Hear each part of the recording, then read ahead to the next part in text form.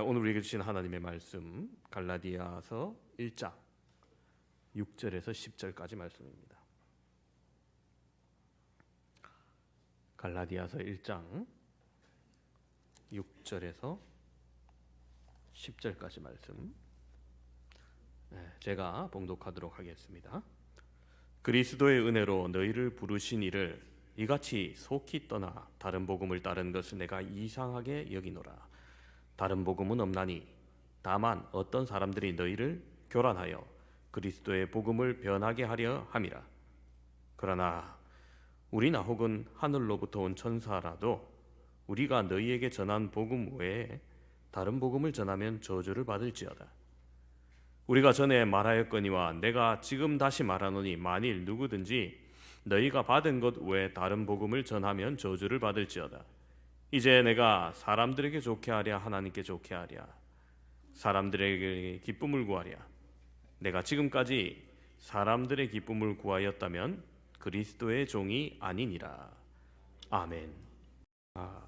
제가 초등학교 다닐 때 교과서에 자랑스러운 대한민국을 이야기하면서 현대자동차 포니와 현재 LG의 전신인 금성 칼라 TV 수출에 대한 언급을 하는 것을 보았습니다. 당시로서는 제품의 질보다는 수출했다는 자체만으로도 기념할 만한 일이었는데, 지금은 단순한 제품뿐만 아니라 한류라는 문화적 콘텐츠로 세계에서 한국의 위상이 높은 것을 실감할 수 있습니다.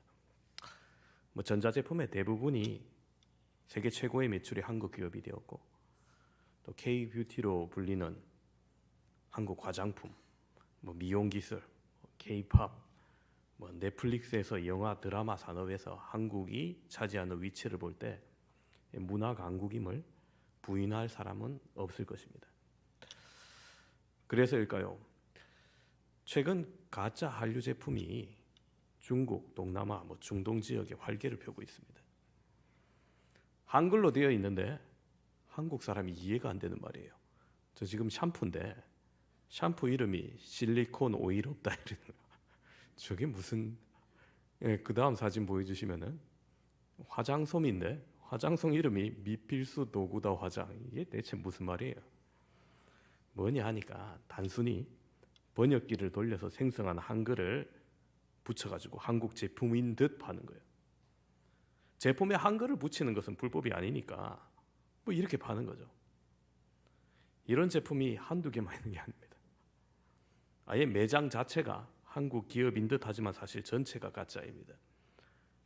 무무소라는 굉장히 유명한 동남아 지역, 중국 지역이 유명한 기업인데 한글로, 저기는 없지만 한글로 무궁생활 이렇게 적혀 있고 옆에 코리아 이렇게 적혀 있죠. 동그라미 안에 KR도 들어 있습니다. 그래서 한국 사람도 지나가면서 보면 한국 기업인가 속을 정도예요. 근데 본사는 중국에 있습니다. 이 안에 파는 모든 제품들은 다 가짜 한류 상품이에요. 이런 매장이 잘 나갈 때는 중국 안에서만 5,000개, 동남아, 중동 등에서는 1,000개가 넘게 있었다고 합니다. 한국 제품이랑 막 섞여서 파는 게 아니라 한국 제품은 하나도 없고 전부 다 가짜 한국 제품만 있는 거예요. 심지어 잘 팔리는 한국 제품을 아예 대놓고 카피한 것들이 있습니다. 왼쪽이 진짜 한국 제품이고 오른쪽이 가짜 한국 제품, 중국산들이에요. 얼뜻 보기에는 그게 그거 같죠. 아예 작정하고 한국 기업인 듯 개업식 때는 다음 사진 보시면 위에 한복을 입고 처녀들이 태극기를 흔들고 있는 것도 보이고요. 심지어 큰 백화점과 계약을 할 때 한국 기업인 듯 태극기를 가지고 계약서에서 저렇게 서명하는 걸 볼 수 있습니다. 그런데 태극기도 거꾸로 걸어놨어요. 모르니까. 문제는 이런 기업이 하나뿐만이 아니라는 거예요. 이러한 가짜 한류 제품은 세계 각국에서 싼 가격에 불티나게 팔립니다. 하지만 한국 제품에 대한 신뢰와 기대로 그것을 구매한 소비자는 기대 이하의 제품을 통해서 실망할 것이고 한국 제품에 대한 신뢰가 줄어갈 겁니다. 결국 소비자와 한국 기업이 가짜가 주는 피해를 고스란히 보게 됩니다. 그렇습니다, 여러분. 가짜와 진짜는 함께하지 못합니다. 함께하면 할수록 가짜는 진짜에게 비교할 수 없고 진짜에게 피해만 주기 때문이죠. 우리는 이처럼 가짜가 판을 치는 세상 가운데 살아가고 있습니다. 정말 우리가 정신을 바짝 차리지 않으면 우리들의 진리가 무엇인지 알지 못할 때가 참 많습니다. 오늘 우리가 읽었던 이 갈라디아서를 기록한 목적 중에 하나도 그와 같은 것입니다. 당시 갈라디아에 번지던 유대주의와 영지주의의 도전에 바울은 교회가 흔들릴 것을 그냥 바라볼 수 없었습니다. 그래서 이후 유대주의를 신랄하게 비판하면서 그 배를 말하고 있습니다. 오늘날 우리 주변에도 여러 가지 이단들이 복음을 변질시키고 있습니다. 이러한 이단들에 대해서 우리는 어떠한 태도를 가져야 할까요? 오늘 말씀에 보면은 바울은 다른 서신서를 시작할 때 비교적 여러 가지 말로 그 교회에 대해서 칭찬과 격려를 하는 것이 그의 편지의 관례였습니다. 그런데 오늘 본서는 인사하자마자 칭찬은커녕 인내할 겨른도 없이 바로 본론으로 들어가고 있어요. 편지의 서두에 그만큼 긴장감이 있는 겁니다. 왜냐하면 복음을 변질시키는 일은 심각한 문제였고 바울에게 이보다 더 시급한 문제는 없었던 겁니다. 그래서 6절에 그리스도의 은혜로 너희를 부르신 이를 이같이 속히 떠나 다른 복음을 따른 것을 내가 이상하게 여기노라. 바울은 답답하기 그지없었던 겁니다. 그들이 분명 그리스도의 복음으로 구원을 받았습니다. 그것은 은혜였습니다. 그런데 이것을 떠나서 다른 복음을 따르는 그들을 보고 있으니 너무나 한심했던 겁니다. 그래서 다른 복음은 없다고 선언하면서 오늘 본론을 시작하는 겁니다. 그럼 여러분, 다른 복음은 무엇이었을까요? 우리들이 다른 복음을 알기 전에 그것을 알기 위해서 그리스도의 복음이 뭔지 먼저 알아야 됩니다. 왜냐하면 진짜 복음이 무엇인지 알고 나면 그 나머지는 가짜이기 때문이죠. 여러분, 조폐공사에서 위조 지폐를 분별해내는 기술자들이죠. 이분들이 훈련할 때 가짜 화폐로 훈련할 것 같은데 아닙니다. 진짜 화폐로 수도 없이 훈련을 합니다. 그 촉감까지 다 아는 거예요. 진짜 화폐. 그래서 진짜 화폐가 확실하다면 가짜가 하나 딱 들어가 있을 때 그것을 바로 알 수 있는 거죠. 마찬가지로 우리들도 역시 진짜 복음의 진술을 알아야 이게 가짜다는 것을 분별할 수 있는 겁니다. 그래서 다른 복음이 무엇이냐고 할 때 우리가 먼저 진짜 복음이 무엇인지 알아야 되는 것이 중요한 것이죠. 여러분, 복음이 무엇입니까? 복음은 바로 예수 그리스도입니다. 요한복음 1장 1절에 이렇게 기록하고 있습니다. 태초에 말씀이 계시니라. 이 말씀이 하나님과 함께 계셨으니 이 말씀은 곧 하나님이시라. 여러분, 그렇습니다. 이 말씀이 하나님이었다는 겁니다. 태초부터 계시던 분. 그런데 이 말씀이 어떻게 되었다고 나옵니까? 요한복음 1장 14절에 이렇게 말합니다. 말씀이 육신이 되어 우리 가운데 거하시매. 그렇습니다. 그 태초부터 계셨던 그 말씀 하나님이 우리 가운데 육신을 입고 오신 하나님이라는 걸 의미합니다. 그리스도의 복음은 바로 육신을 입고 오신 하나님이신 예수 그리스도가 복음인 겁니다. 그런데 좀 더 구체적으로 그리스도의 복음이란 그리스도께서 이루어 놓으신, 예수님께서 이루어 놓으신 복음의 길을 말합니다. 갈라디아서 2장 16절은 이 다른 복음과 진짜 복음을 이렇게 말합니다. 사람이 의롭게 되는 것은 율법의 행위로 말미암이 아니요 오직 예수 그리스도를 믿음으로 말미암인 줄을 알므로 우리도 그리스도 예수를 믿나니 이는 우리가 율법의 행위로서가 아니고 그리스도를 믿음으로써 의롭다함을 얻으려 함이라. 율법의 행위로서는 의롭다함을 얻을 육체가 없느니라. 그렇습니다. 여러분, 율법을 다 지켜 행할 수 있는 사람이 없습니다. 불가능합니다. 그렇기 때문에 율법으로 우리는 구원을 얻을 수 없습니다. 율법은 우리가 죄인이라는 것을 깨닫게 합니다. 이걸 다 못 지켰구나, 우리가 죄인이구나 하는 걸 깨닫게 합니다. 다른 행위로는 구원을 얻을 수 없는 것입니다. 그리스도의 복음이 그런 겁니다. 즉 예수님께서 이루어 놓으신 복음의 진술한 예수님을 믿음으로 말미암아 구원을 얻는다는 지극히 간단한 진리입니다. 그러나 다른 복음은 이 복음의 진술을 어떤 형태로든지 변하게 만드는 것을 말합니다. 다른 복음은 다른 것이 아니라 주님께서 행하신 일과 가르치심을 거부하거나 뭔가 더 하는 것을 얘기하는 겁니다. 여러분, 왜 이런 것들이 나타날까요? 오늘 보면 7절은 말합니다. 다른 복음은 없나니 다만 어떤 사람들이 너희를 교란하여 그리스도의 복음을 변하게 하려 함이라. 그렇습니다. 그들이 이렇게 하는 것은 예수님을 구주로 인정하지 않으려는 의도에서입니다. 그래서 다른 복음이 아니라 다른 복음의 탈을 쓰고 그들이 다가오는 거예요. 복음의 탈을 쓰고 다른 사람들을 미혹하는 겁니다. 그리스도의 복음을 변하게 하려는 불순한 목적이 있다고 말씀하는 겁니다. 당시 유대교와 헬라 철학자들이 볼 때 바울이 전하는 기독교의 진리는 너무나 단순해 보였습니다. 기독교는 구원을 받기 위해서 그들이 요구했던 것 아무것도 요구하지 않는 겁니다. 아무런 도덕적인 의무, 종교적인 의무 요구하지 않았습니다. 구원을 위해서 할례를 받을 필요도 없고 선행을 할 필요도 없고 금식을 할 필요도 없다는 겁니다. 바울이 전하는 이 구원의 진리에 대해서 그들이 생각할 때 이 진리가 너무 무미건조하다고 생각했던 거죠. 이러한 생각에 그들은 기독교를 자기의 이해의 범주에 맞추려고 하는 겁니다. 사실 이러한 일들은 초대교회 때부터 지금까지 계속되고 있습니다. 이 그리스도의 진리를 변하게 하려는 여러 이단들이 교회를 흔들어 놓았었고 지금도 이러한 무리들이 교회의 틈을 호시탐탐 노리고 있다는 사실입니다. 여러분, 그러면 어떠한 이단들이 이 당시 갈라디아 교회 교인들의 마음을 어지럽혔으며 오늘날 우리에게도 접근할까요? 먼저 갈라디아의 상황을 보시면은 유대주의가 이런 바울의 기독교에 대해서 가장 큰 반대자들이었습니다. 왜냐하면 자기들의 율법에 비해서 너무나 쉬운 구원의 방법을 동일한 여호와 하나님의 이름으로 선포하였기 때문입니다. 그리고 그 자신이 유대교에 열심이었던 사람, 누구보다도 유대교를 잘 아는 바울이 유대교의 모든 규정을 반대하고 반박했기 때문입니다. 더군다나 바울은 유대인 중에 유대인이요 바리새인 중에 바리새인이란 말하면서 자신들의 주장을 거부하고 있었습니다. 유대주의는 하나님 말씀을 철저히 왜곡시켰습니다. 그들은 하나님께서 명하지도 않은 혈통주의를 주장했습니다.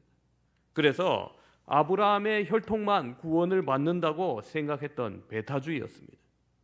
하나님의 말씀은 그것이 아닌데 그들을 통하여 세상을 구원하려 했는데 그들은 자기만 구원한다고 생각했던 겁니다. 바울은 이러한 베타주의를 배격하고 모든 민족이 이 하나님의 언약과 함께 참여하면 믿음으로 나아온다면 구원 얻는다고 가르쳤던 겁니다. 그리고 예수님께서 이를 위하여 오셨고 이 막힌 담을 허셨다고 분명하게 선언하고 있습니다.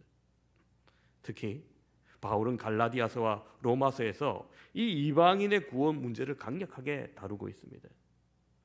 유대주의에는 절기도 지켜야 되고 여러 예식도 지켜야 되고 제사도 드려야 되고 종교적인 의무들이 여러 가지 있었는데 이것을 다 하지 않으면 이스라엘 중에서 끊어지는 것으로 생각했습니다. 그런데 바울이 주장하기를 갑자기 예수님이 나타나서 그를 메시아라고 하면서 그를 믿으면 이제 지금까지 해왔던 모든 종교적 의무를 하지 않아도 구원을 얻을 수 있다고 가르치는 겁니다. 더군다나 이 유대인들은 예수님을 나사렛 이단의 괴수로 생각하고 십자가에 못 박아 죽였습니다. 그런데 바울이 자신들이 죽인 나사렛 예수와 그가 주와 그리스도가 되신다고 선언하는 겁니다.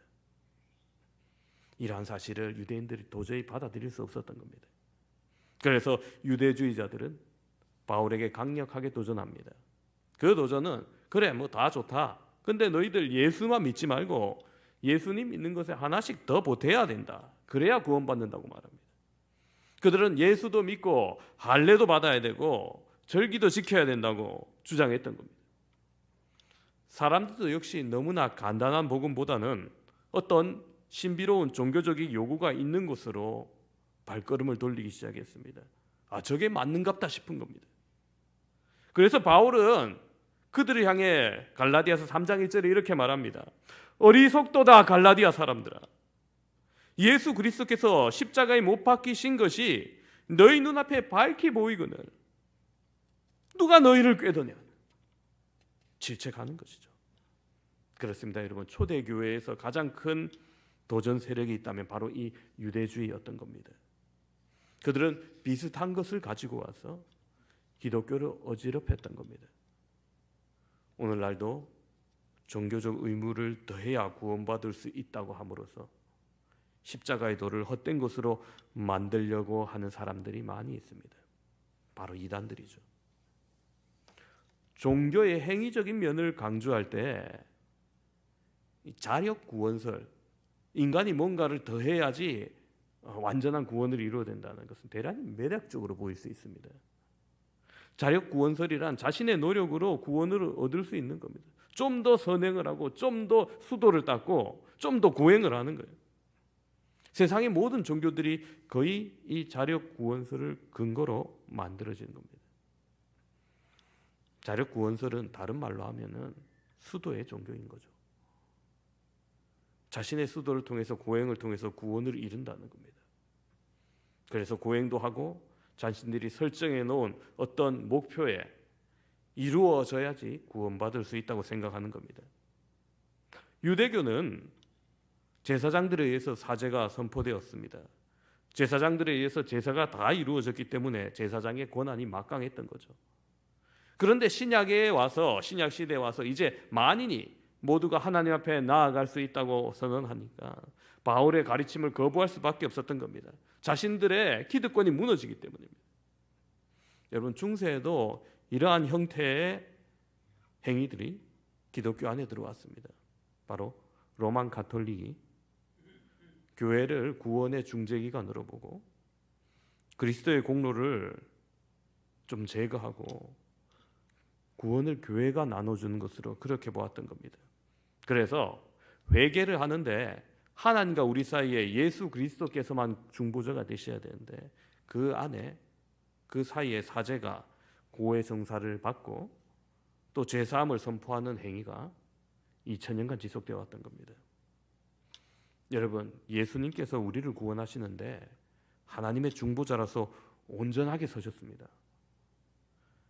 예수님 외에 다른 중보자가 우리에게 필요한 것이 아닙니다. 그래서 우리는 더 이상 고해성사를 하지 않아도 됩니다. 이제 우리는 하나님 앞에 직접 나아갈 수 있게 된 것입니다. 그것을 히브리서 10장 19절 20절에 이렇게 말합니다. 그러므로 형제들아, 우리가 예수의 피를 힘입어 성소에 들어갈 담력을 얻었나니 그 길은 우리를 위하여 휘장 가운데로 열어놓으신 새로운 살 길이요 휘장은 곧 그의 육체니라. 그렇습니다.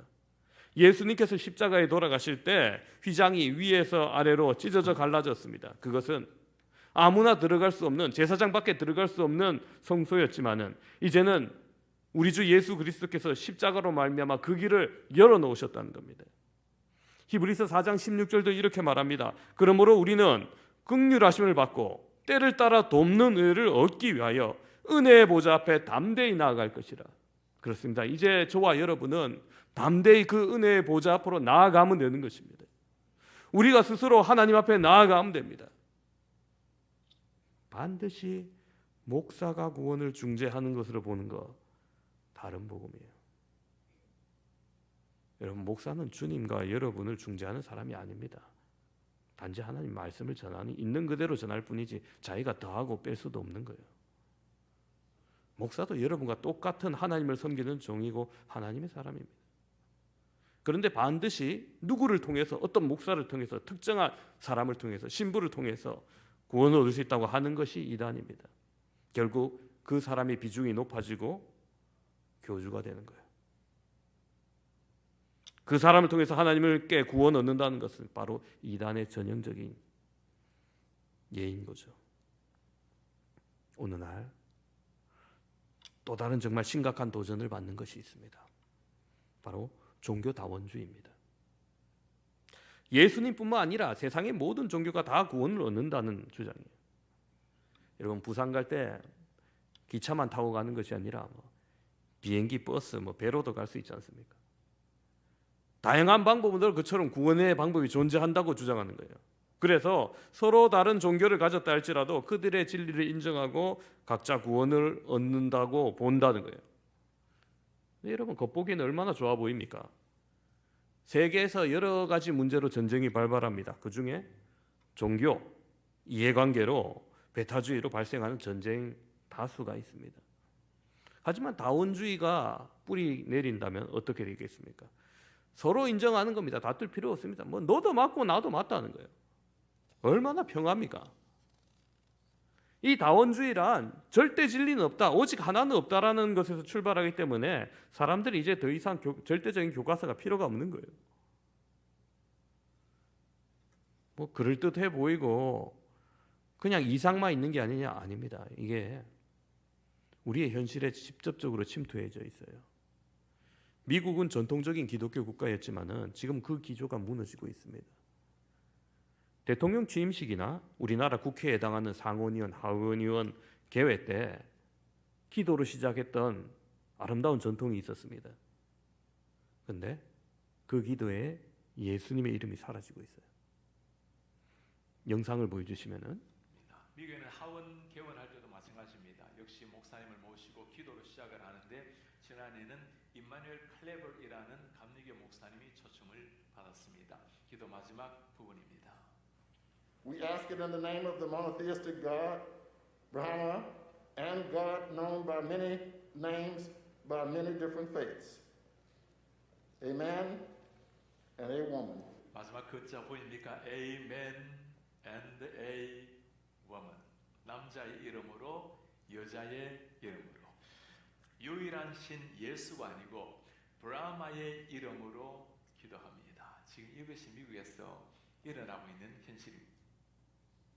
네, 방금 하원 개원 때 얘기를 했지만은 현재 미국 대통령 조 바이든 대통령 취임식에서도 이런 다양한 신의 이름으로 다른 사람이 아니고 기독교 목사님이 기도했습니다. 여러분, 왜 이런 일이 일어날까요? 종교 다원주의로 인해서 법률이 개정된 거예요. 예수의 이름으로만 기도하지 말라는 거예요. 그래서 성경의 진리가 절대 진리가 아니라 다른 것도 다 진리가 될 수 있다는 거예요. 그래서 그들은 구원 얻는 방법이 오직 예수 그리스도를 통하여서 준다는 것을 거부하는 대신에 길이 여러 가지가 있다고 말하는 겁니다.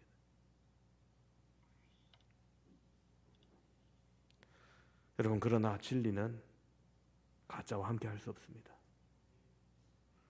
모든 종교인이 각자 종교의 시발자들 서로의 탄생을 축하하고 화합하고 한다 할지라도 여러분, 우리는 그 행렬에 동참할 수 없어요. 편협해 보이십니까? 독선적으로 보이십니까? 세상 사람들은 내가 이래서 기독교를 안 믿는다 그래 말할지도 모르겠습니다. 여러분, 그러나 과연 진리를 외면한 채 위장평화를 만들어가는 것이 옳은 일일까요? 과연 세상을 만드신 창조주가 둘, 셋, 여러 분 계실까요? 그 전능하신, 세상을 만드신 전능하신 하나님의 능력이 부족해서 자신의 이름을 제대로 하나로 못 전달해 여러 이름으로 여러 경전으로 인간에게 전했겠습니까? 아니잖아요. 흉내내서 만든 신화가 진짜일 수가 없는 것입니다. 죽은 우상이 살아계신 하나님과 함께 설 수 없는 것입니다.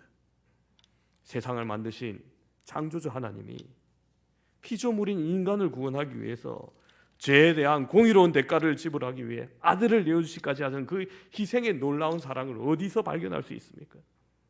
비교할 수 없는 진리인 겁니다. 그런데 이 놀라운 사랑으로 완성한 그 십자가 구원의 방법이 다른 가르침, 유사한 종교적 철학과 어깨를 나란히 할 수 있다면 하나님의 그 사랑, 예수님의 그 희생, 굳이 할 필요가 없는 방법이 되어버리는 겁니다. 다른 복음, 다른 구원은 없습니다. 구원을 얻는 어떠한 방법도 결국에는 가짜일 뿐입니다. 이러한 다른 복음은 사람들을 미혹하게 합니다. 오늘 우리가 읽은 본문에서 갈라디아 교인들은 복음에서 속히 떠났다고 6절을 기록하고 있습니다. 그리스도의 은혜로 너희를 부르신 이를 이같이 속히 떠나 다른 복음을 따른 것을 내가 이상하게 여기노라. 도저히 이해할 수 없다는 거예요. 여러분, 떠났다는 말 히브리어에서 헬라어에서 군대에서 이탈한 탈영자 혹은 정치 사상이 완전히 입장을 바뀐 자야, 그런 의미입니다. 이들은 과거에 예수님을 믿고 구원을 받았으나 이제는 그 도를 버린 것을 의미합니다. 즉 신앙을 버린 배교자들을 의미합니다. 그런데 그들이 복음에서 다른 복음으로 돌아설 때 어떻게 했습니까? 속히 떠났다고 했어요. 사람들이 진리의 길을 막고 눈을 막습니다. 그리고 가짜에는 혈안이 되어서 거기에 그렇게 따르게 되는 거예요. 마치 독버섯이 더욱 아름다운 것처럼요. 그 아름다움이, 알록달록한 아름다움이 사람들의 관심을 끌죠. 그러나 식용 가능한 먹을 수 있는 버섯은 오히려 눈에 잘 띄지 않습니다. 진정한 복음도 그러한 것입니다. 사람의 마음의 본성이 부패했기 때문에 진리를 따르기보다는 비진리를 따르는 것이 좀 더 좋아 보일 수 있습니다. 이렇게 사람들의 마음에 끌리는 대로 행동하는 다른 복음의 특징인 것이죠. 여러분, 이 사람들은 참으로 어리석은 사람이라 말합니다. 갈라디아서 3장 1절에 바울은 어리석도다 갈라디아 사람들아, 예수 그리스도께서 십자가에 못 박히신 것이 너희 눈앞에 밝히 보이거늘 누가 너희를 꾀더냐고 책망하고 있습니다. 그런데 그들이 자신은 이제 진리를 더욱더 따라간다 생각하겠죠. 더 깊은 진리로 나아간다 생각하겠죠.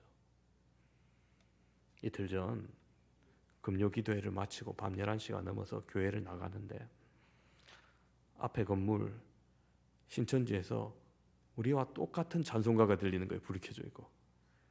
아이, 기분 나쁘게 가락이라도 좀 다르든지 아니면 뭐 가사라도 다르든지, 아니 똑같이 예수님 이름이 나오는 거예요.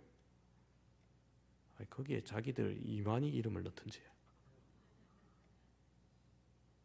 아니, 그들은 복음에 엉뚱한 걸 넣어버렸잖아요. 아직도 이만희가 죽지 않는다고 믿는 그들을 보면 정말 어리석도다 갈라디아 사람들은 이게 생각이 납니다. 나는 정말 달변이고 혹하는 말씀을 한 줄 알았어요. 영상 보니까 어눌하고 쪼글쪼글하고 늙고 초라한 뭐 JM에서도 마찬가지죠. 뭐 어떻게 저런 말을 믿을 수 있을까? 뭐 이상히 여기노랑은 똑같아요. 정말 이같이 다른 복음을 저걸 어떻게 믿지 않는데 미혹하는 강력한 힘을 가지고 있는 거예요.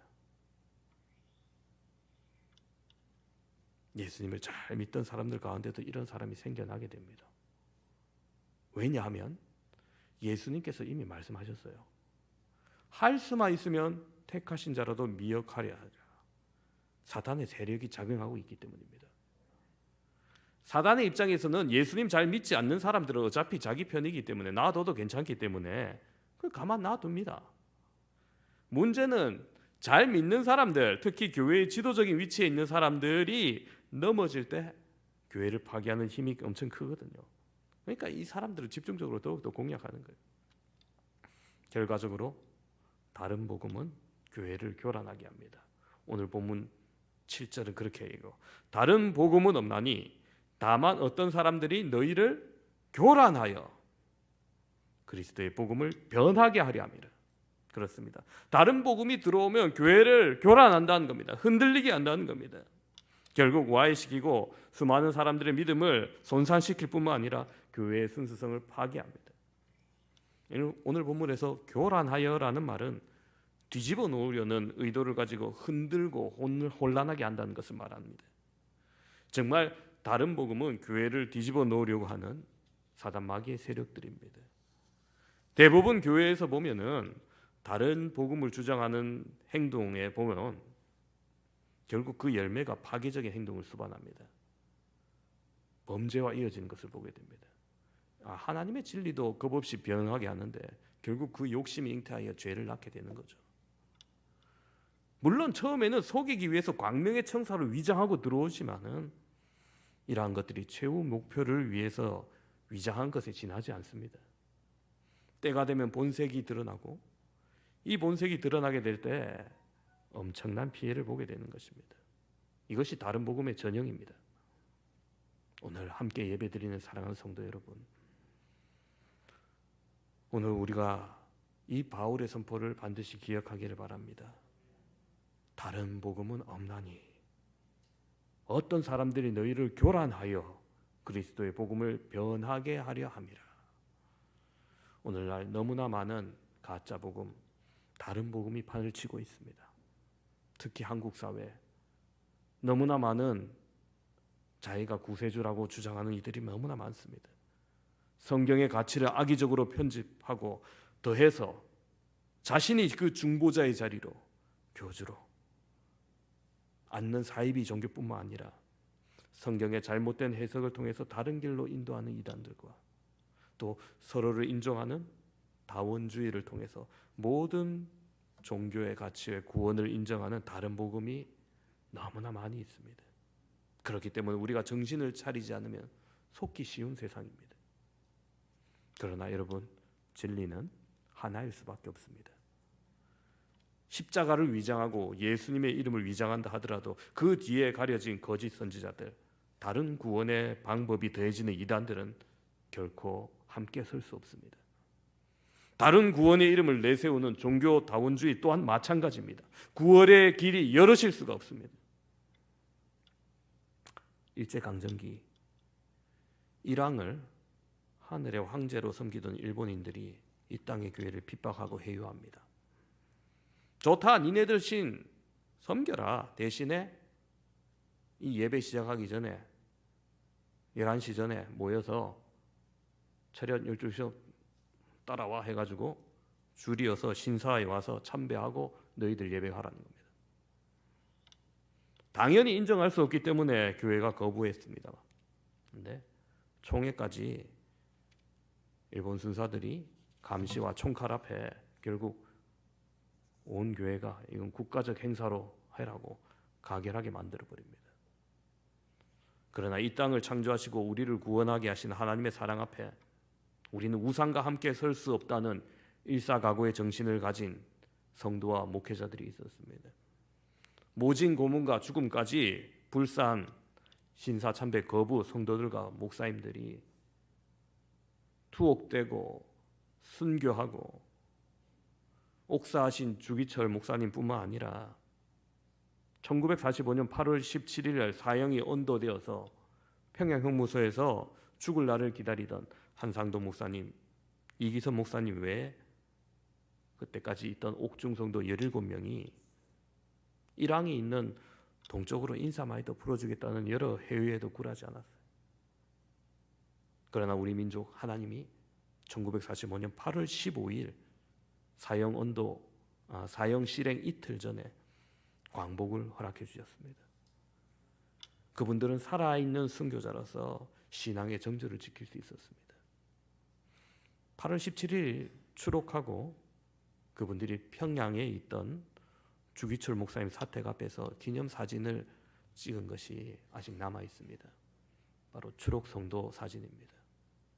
저기에 이기선 목사님, 항상동 목사님 외에 권사님, 장로님들이 있습니다. 여러분, 이 자랑스러운 얼굴들을 바로 진리가 가짜와 함께 할 수 없을 때 더욱더 빛났던 것입니다.